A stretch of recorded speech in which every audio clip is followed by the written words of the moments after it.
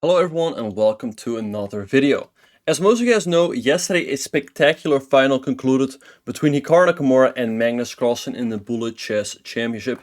And today another final concluded of the Women's World Championship 2023. It was played between Lei Tingjie and Ju Wenjun. Ju Wenjun, the reigning Women's World Champion. So let's have a look at what happened. They played a 12-game match, and whoever scores the most points at the end of the 12 games wins the match. And after 11 games, they were tied 5.5, 5.5. So whoever wins this final game wins the championship. And if the game ends in a draw, they will play a tiebreaker. So the stakes are high. Let's have a look at what happened. So Ju Wenjun opened the game up with d4. Black responded with d5. And here the move knight to f3. Black plays knight f6. And here e3. Perhaps Ju Wenjun wanted to take her out of her preparation. c4 is of course the main move. But here Black played a bit of a reversed Queen's Gambit with the move c5. Now, given the fact that White already has played this move e3, it does make more sense to actually take this pawn. Black plays e6, trying to get the pawn back with the bishop, and so White defends it with the move pawn to b4. Black plays the move a5, trying to undermine this pawn on b4. Very often when you want to undermine a pawn chain, you want to undermine the pawn that's the most backwards, and that is what Black is doing here. White defends the pawn with c3. You cannot really play a3 because Black takes and you're not in good shape to recapture because your rook is hanging. So c3 was played and now Black takes on b4 and plays the move b6. A pretty typical concept, attacking the pawn on c5, because if White takes, Black can now take this pawn over here with a check. Alright, so I gave a check on b5. Black blocked with the bishop. White took, Black recaptured. And here, instead of trying to hang on to the pawn on c5, because White can't really, White plays the move a4. So Black gets the pawn back, but now White plays the move b5, and White is doing pretty alright here. We've got a pretty interesting imbalance. Also, by the way, both players were still playing pretty quickly, so I assume they were still in their preparation. So if we have a close look, we see that Black has more pawns in the center, but White has these two outside passers, which are already pretty far advanced. Black played Queen to c7, Bishop e2, placing the bishop on this long diagonal. Black played Bishop to d6, castles, castles. Now knight bd2 by Ju Wenjun, and if we have a look at the clock, we see that Ju Wenjun is still playing very quickly. Lei Tingjie already has taken a little bit of time, so that tells me that Ju Wenjun probably is a little bit more familiar with all the subtleties of this position. Black plays rook fc8, Queen c2 by Ju Wenjun, and here perhaps Lei Tingjie made quite a serious mistake. Turns out that the move she had to play was the move e5, trying to expand in the center. White can go e4, and you do not want to play the move d4, because after knight c4, White has got great control over all of these squares and now can start pushing the pawns forward. But Black has the move c4 now, with the idea to go c3, forking the bishop and the knight. And, the game remains kind of unclear. But Lei Tingjie played c4 right away, threatening to fork the bishop and the knight with the move c3. So White played the move bishop c3, stopping the move altogether, and now White is ready to push these pawns forward with a5. Lei Tingjie played knight c5, a5, nice move by Ju Wenjun, setting the pawns in motion, and knight to b3. Black's idea is that if you take the knight, Black can take, and at the end of it all, this bishop on c3 is hanging. But what Ju Wenjun just had to do here is just go rook to a2. Rook a2, you hang the pawn on a5, but in case Black takes, you go rook fa1, and Black simply cannot defend this knight, because Black can also not move it, they will hang the rook on a8. And so White's winning a piece here, and probably just the game. But again, the stakes are high in this game, so we cannot criticize the players too much. They're very close to their dream of becoming women's world champion. Now Ju Wenjun had already won the title before, but of course the stakes are high.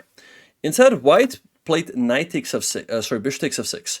That is that in case Black takes, now you can take on b3, because there's no bishop hanging on c3. So here, for example, if you take, and after it takes b6, White is a pretty good position. This pawn on b6 is very strong, Black's king is a little bit exposed, and so White should be much better here. But after you take an f6, you give Black the opportunity to take your rook on a1. And that's what Lei Tingjie did. Now, of course, here you have to recapture with the bishop to make sure that that is no longer hanging. And now Black gets his pawn on a5. And we get an interesting imbalance. White has a bishop. White has the two knights. And Black has a rook and a pawn. And this pawn on b5 is also pretty weak. It feels like Black should be able to pick this one up in the near future. Ju Wenjun plays queen to c3, offering the queen trade and threatening mate on 1. And Black probably should have played the move bishop f8 here, not trading too quickly, and again trying to round up this pawn on b5. But instead, Black traded on c3, takes rook cb8, taking the pawn, knight d4, everything looking pretty even Again, it's not that easy to get rid of this pawn on b5, but black also has some very strong pawns here in the middle. But here Lei Tingjie made arguably the losing mistake of the game, and with that the match. She should have played a move like bishop c5, trying to get rid of this knight over here, so she can take this pawn over here. White plays something like rook b1. But after rook a3, it feels like black is doing pretty okay. Their pieces are pretty active, so they still have some strong pawns, so I feel like black should be doing okay here. But e5 was played, and now white goes knight to f5, attacking the bishop on d6, and the bishop on d6 is defending this pawn on e5.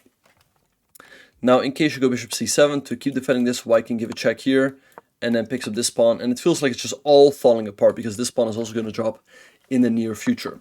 So black played bishop f8, but now white takes here.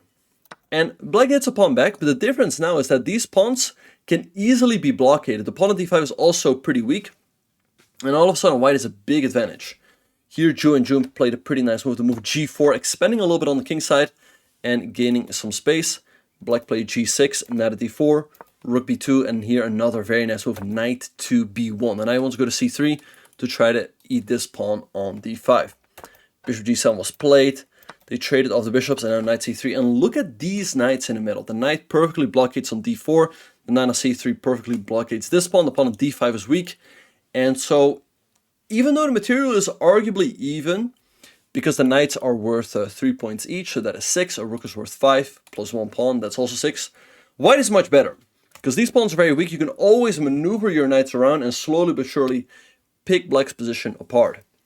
Rook a5 was played, or rook to d1, rook b6, and knight at d2, increasing the pressure on this pawn on d5. Black played rook to b3, and here a very instructive moment. You should not rush with taking any of these pawns, because if you take here, black gets better chance to hold, because the rook is better against the two knights than two rooks versus a rook and two knights, because very often the rooks are stepping on each other's toes. They're doing the same job, so it's much better to keep a pair of rooks on the board, and that's what Ju Wenjun did.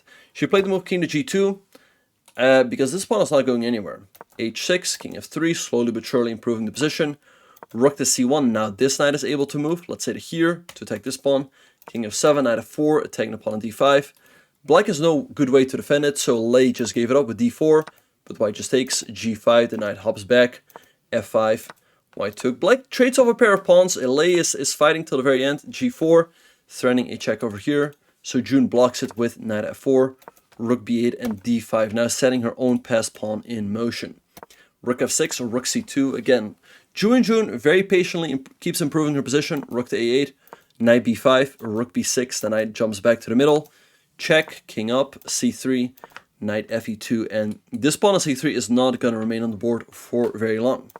Rook to b2, king d3, rook b1, she takes the pawn on c3, rook h1, attacking the pawn on h2. Now if black can take here, maybe she can get some counterplay pushing this h-pawn down the board, but white just played f3 to defend it with the rook. She traded off a pair of pawns. But again, the knights are just so strong in the middle. They control so many squares. They perfectly shelter the king from any checks, and they will also nicely support the pawn of the board. King e7, king c4, rook f4, rook to b2, rook h4. They came a check, rook back. This rook went back as well. King to c5. Again, these knights can always block, and they can also deliver some pretty unpleasant checks themselves. Rook h3, knight c to b5, rook e3. And d6, and here it's clear that the end is near. This pawn is very close to promotion, and again these knights do a perfect job supporting it. King e5, knight c6, king e4, d7, rook d3, knight d6, king e4, and rook to b8. And Lei Tingjie finally threw in the towel. A very nice game by Ju Wenjun to win the 2023 Women's World Chess Championship. I think not a whole lot of people have made videos about this match, so I figured, it's nice to make a video about this one, because there's not been that much talk about it. Would of course be nice if they also get a little bit more attention. But it's very interesting to see that both world champions, the Open World Champion and the Women's World Champion, are both from China. So let me know, you guys, what all of you guys think in the comments, and I look forward to seeing all of you guys in the next video.